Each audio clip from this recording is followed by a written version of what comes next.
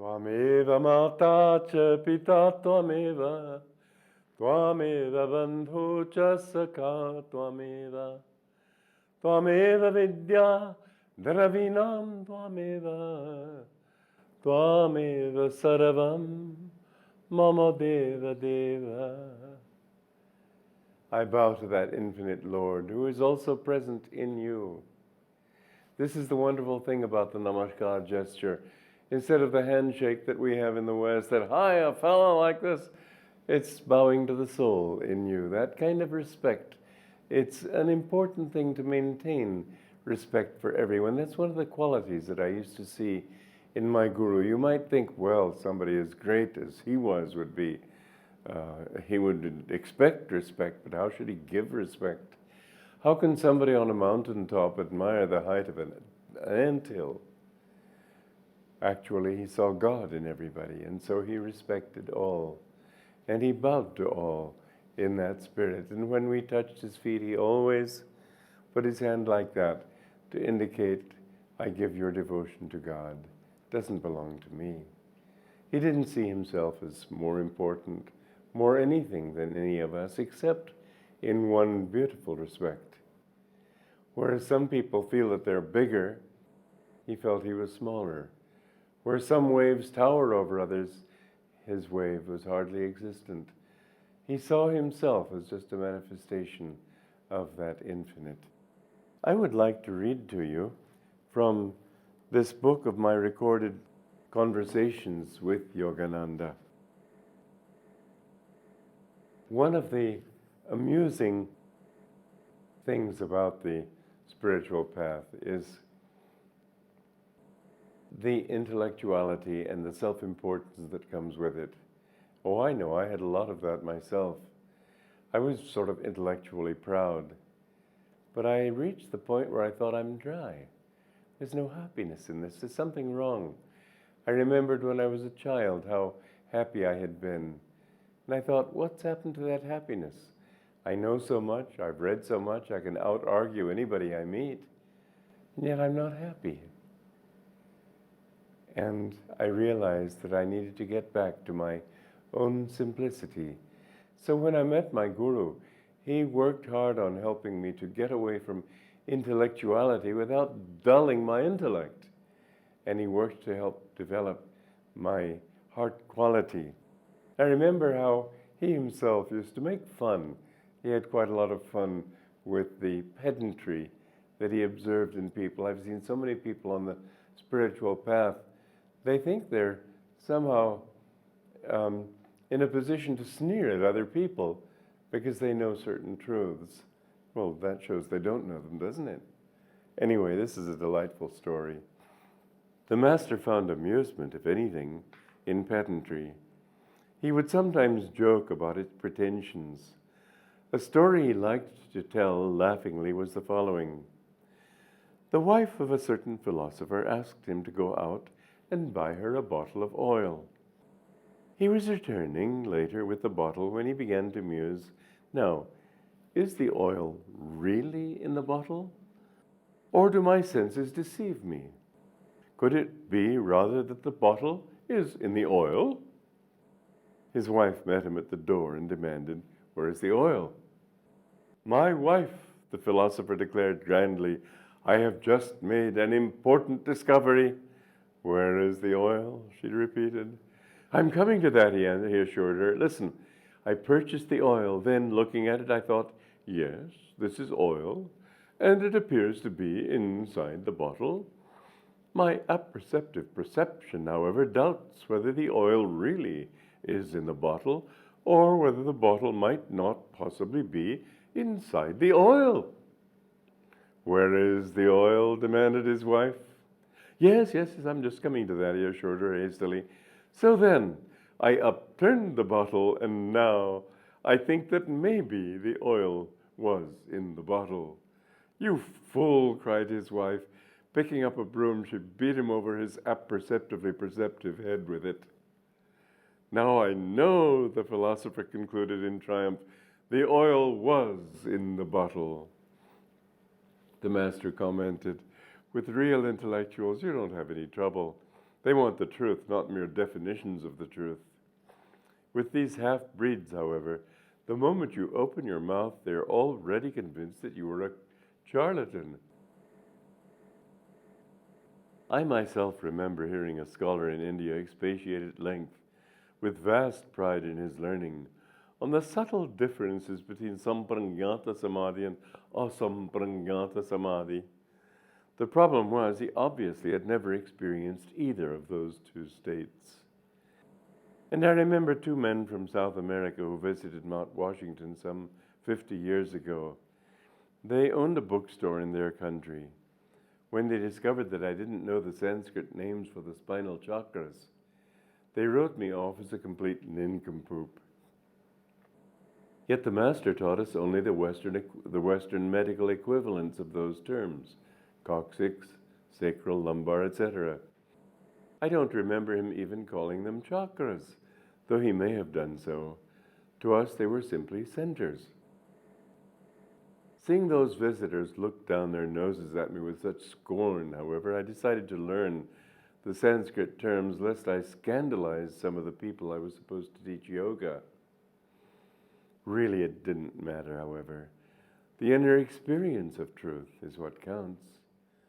Rajarshi Janakananda was a fully enlightened yogi, yet he spoke the name of his guru's guru, Sri Yukteswar, almost comically. Siruktetraji, he'd call him. What did it matter? He saw Sri Yukteswar in visions. Once he was actually touched by that master physically as he meditated with our master. He had attained the same level of insight and enlightenment as Swami Sri Yukteswar. Isn't that what it's all about?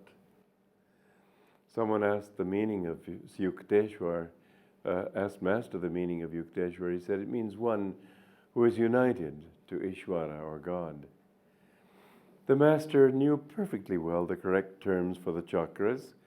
He knew everything he ever needed or wanted to know, not only in Sanskrit, but in everything. There was an amazing story that Eugene Benvaux, a devout disciple living in Encinitas, told me. I was sometimes present when Master conversed with medical doctors. He'd had no medical training, but I observed that he could rattle off complex medical terms as though he himself were a doctor. The others there obviously accepted him as one of their own. As for the Master, he was quite natural about it and gave no outward indication of knowing that he was displaying exceptional knowledge. Senora Cuaron, the wife of the SRF center leader in Mexico City, told me in Spanish during my visit there in 1954. I once had an interview with the Master. I don't know any English, and he didn't know any Spanish. But somehow, I still don't know how, we managed to communicate perfectly. You don't need to seek understanding outside yourself, the Master said. Everything you want to know exists already within yourself. One time in writing a poem, he used the word "noil." Others pointed out to him that there was no such word in the English language. It exists, the Master insisted. He made them search through several dictionaries. At last somebody found it in an old Elizabethan dictionary. I myself have looked the word up in a recent edition of Webster's International. It appears there with the definition, a short fiber. I somehow doubt that Master used it in that sense. Often, however, I found that he demonstrated knowledge that he couldn't possibly have received by ordinary means. Well, the point is that you don't have to learn everything and study everything in order to know things. It's amazing how often with meditation you can get information that you probably didn't have before. I don't think that's very usually true. I think usually what would happen is that you can arrange or gain access to things that you knew in your subconscious. Not, for example, if somebody asked you the population of China, that you could rattle it off just through intuition. But even that would be possible. I was surprised when I wrote my book, Your Sun Sign as a Spiritual Guide. I'm not really an astrologer. In fact, let's take out the word really. I'm not an astrologer. However, I studied it because I had read several times that to really understand the yoga theory well, you need to study astrology. So I thought, well, okay, I'll try. So I studied it for a year and I saw what they meant, and it was very useful to me. But I wrote a book on it because I found that as I studied, these inspirations for these sun signs came to me, and that they were at variance with many standard works on the subject. So I started this book, but there were at least 3 times when I thought, I've bitten off more than I can chew. And I meditated, and all of a sudden I gained an insight. Now that insight, maybe it came from another lifetime, maybe it came from some other source, I don't know. But in each case, I found years later in a book on esoteric things that what I had described, the way I had defined this point, had been the way it was defined thousands of years ago, maybe in Chaldea or in ancient Egypt. I was quite surprised by that, but you know, intuition, you have access to all information inside yourself.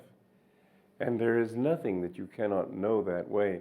It's not the recommended way of seeking truth. But don't think that the opposite is a better way. Because by studying and reading, it all comes into the mind, and the mind, the intellect, the reasoning faculty is so lumpish and slow. Saint Teresa of Avila said that in one moment of ecstasy, she received understanding that it would take her years of study and thinking to arrive at only with the intellect.